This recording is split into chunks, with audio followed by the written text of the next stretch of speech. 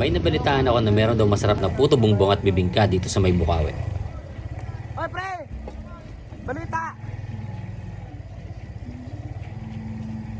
Dito pala yan sa may Casey and Cat, puto bongbong and bibingka. Dito lang yan sa may Turo, Bukawi. Ganito pala ginagawa ang puto bongbong nila. Mekos-mekos konti, tapos isasalang na rin.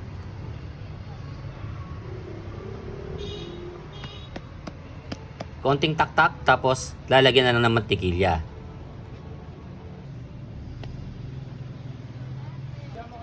Hindi sasarap yan kung hindi lalagyan ng nyog. Asukal, keso,